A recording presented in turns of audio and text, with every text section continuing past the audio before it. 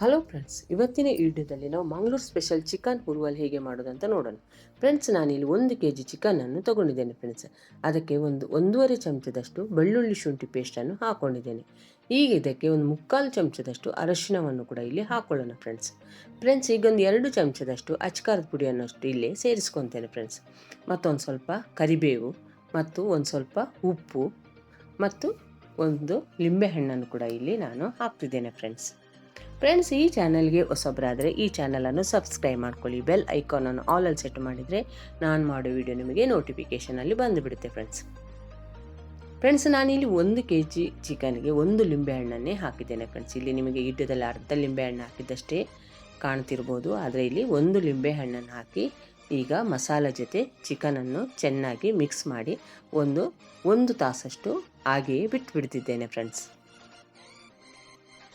ಈಗ ಒಂದು ಮಿಕ್ಸಿ ಜಾರಿಗೆ 10 ರಿಂದ 15 ಗೋಡಂಬಿ ಮತ್ತು 1 kg ಚಿಕನ್ಗೆ 15 ರಿಂದ 20 ಬ್ಯಾಡಗಿ ಮೆಣಸಿನಕಾಯಿಯನ್ನು ನಾನು ಬಿಸಿ ನೀರಲ್ಲಿ 15 ನಿಮಿಷ ಹಾಕಿ ಇಟ್ಟಿದ್ದೇನೆ ಫ್ರೆಂಡ್ಸ್. ಅದನ್ನು ಕೂಡ ಈ ಮಿಕ್ಸಿ ಜಾರ್ನಲ್ಲಿ ಹಾಕಿ ಒಂದು ಸಲ ರುಬ್ಕೊಳ್ಳೋಣ ಫ್ರೆಂಡ್ಸ್. ಈಗ ರುಬ್ಕೊಂಡ್ಮೇಲೆ ಇದಕ್ಕೆ 1 ಚಮಚದಷ್ಟು ಅವಿಜ, ಅರ್ಧ ಚಮಚದಷ್ಟು ಜೀರಿಗೆ, ಸ್ವಲ್ಪ ನೀರು ಹಾಕ್ಕೊಂಡು ನೈಸಾಗಿ ಈಗ ರುಬ್ಕೊತಿದ್ದೇನೆ ಫ್ರೆಂಡ್ಸ್.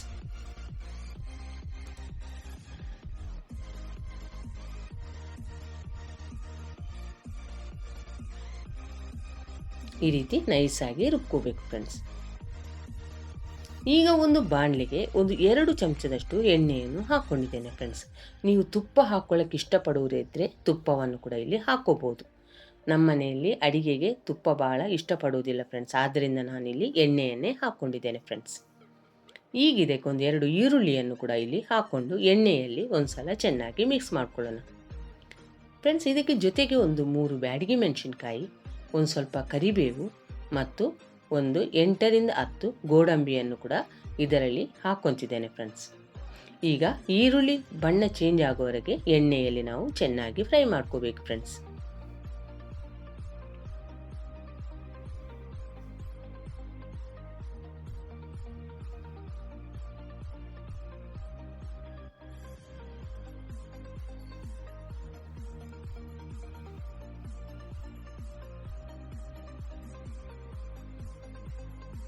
ಇದು ಚಪಾತಿ ಜೊತೆ, ನೀರು ದೋಸೆ ಜೊತೆ, ಅನ್ನದ ಜೊತೆ ತುಂಬ ರುಚಿಯಾಗಿರುತ್ತೆ ಫ್ರೆಂಡ್ಸ್. ಆದರೆ ಇದನ್ನು ಮಾಡುವುದು ಅತಿ ಸುಲಭ ಫ್ರೆಂಡ್ಸ್.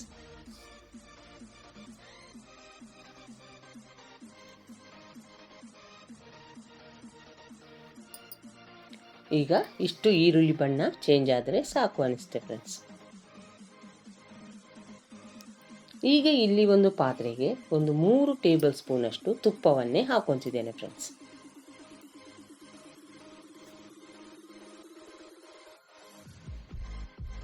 ಅದೇ ತುಪ್ಪಕ್ಕೆ ನಾನು ಮಿಕ್ಸಿ ಜಾರ್ನಲ್ಲಿ ರುಬ್ಬಿಟ್ಟಿರುವಂತಹ ಮಸಾಲವನ್ನು ಈಗ ಸೇರಿಸ್ಕೊತಿದ್ದೇನೆ ಫ್ರೆಂಡ್ಸ್.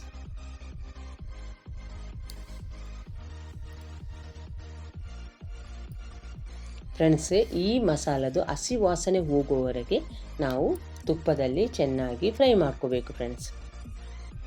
ಏನಿಲ್ಲ ಅಂದರೆ 3 ನಿಮಿಷ ನಾವು ಮೀಡಿಯಂ ಉರಿಯಲ್ಲಿಟ್ಟು ಈ ಮಸಾಲವನ್ನು ತುಪ್ಪದ ಜೊತೆ ಫ್ರೈ ಮಾಡ್ಕೋಬೇಕು. ಎಷ್ಟು ನೀಟಾಗಿ ನಾವು ಈ ಮಸಾಲವನ್ನು ತುಪ್ಪದ ಜೊತೆ ಫ್ರೈ ಮಾಡ್ತೀವೋ ಅಷ್ಟು ರುಚಿಯಾಗಿ ನಾವು ಚಿಕನ್ ಉರುವಲನ್ನು ರೆಡಿ ಮಾಡ್ಬೋದು ಫ್ರೆಂಡ್ಸ್.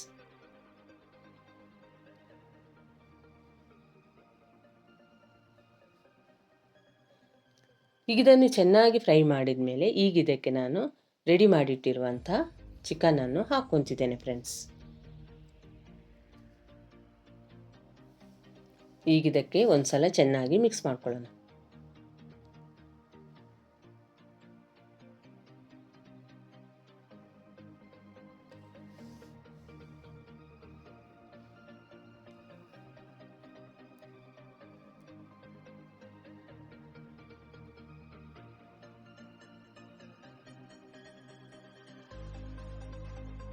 ಈಗ ನಾನು ಅರ್ಧ ಗ್ಲಾಸಷ್ಟು ಮಿಕ್ಸಿ ಜಾರ್ನಲ್ಲಿರೋ ಮಸಾಲಕ್ಕೆ ನೀರು ಹಾಕಿ ಅದನ್ನು ಇದಕ್ಕೆ ಸೇರಿಸ್ಕೊತಿದ್ದೇನೆ ಫ್ರೆಂಡ್ಸ್.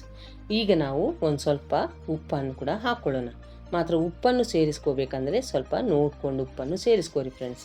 ಕಡಿಮೆ ಆದರೆ ಆಮೇಲೆ ಸೇರಿಸ್ಕೋಬೋದು. ನಾವು ಮೊದಲೇ ಚಿಕನ್ಗೆ ಉಪ್ಪನ್ನು ಸೇರಿಸಿರುವುದರಿಂದ ಇಲ್ಲಿ ನೋಡಿಕೊಂಡು ಉಪ್ಪನ್ನು ಸೇರಿಸ್ಕೋಬೇಕು ಫ್ರೆಂಡ್ಸ್.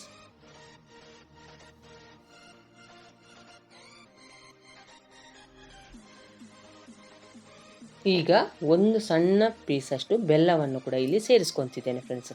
ಇದನ್ನು ಮಾತ್ರ ಮರಿಬಾರ್ದು ಫ್ರೆಂಡ್ಸ್. ಇದರ ಬೆಲ್ಲ ಹಾಕಿದ ರುಚಿನೇ ಬೇರೆ ಇರುತ್ತೆ ಫ್ರೆಂಡ್ಸ್. ಈಗ ಇದನ್ನು ಒಂದ್ಸಲ ಚೆನ್ನಾಗಿ ಮಿಕ್ಸ್ ಮಾಡ್ಕೊಳ್ಳೋಣ ಫ್ರೆಂಡ್ಸ್.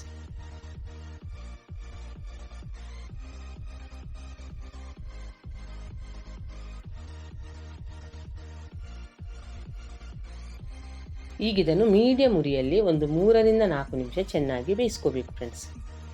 ಈಗ ಇಷ್ಟು ಬೆಂದರೆ ಸಾಕು. ನೀವು ವಿಡಿಯೋದಲ್ಲಿ ನೋಡ್ತಿರ್ಬೋದು ಫ್ರೆಂಡ್ಸ್.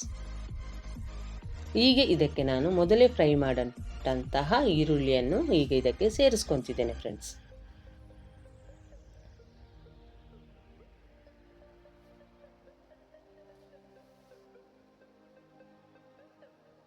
ಚಿಕನ್ ನೀರು ಬಿಟ್ಕೊಂಡು ಚೆನ್ನಾಗಿ ಬೆಂದಿದೆ ಫ್ರೆಂಡ್ಸ್.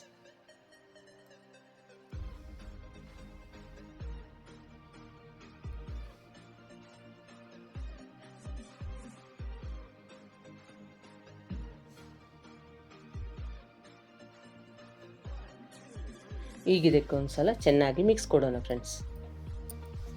ಇಲ್ಲಿ ನಿಮಗೆ ಉಪ್ಪು ಏನಾದರೂ ಕಡಿಮೆ ಅನಿಸಿದರೆ ಈಗ ನೀವು ಉಪ್ಪನ್ನು ಬೇಕಂದರೆ ಸೇರಿಸ್ಕೋಬೋದು ಫ್ರೆಂಡ್ಸ್.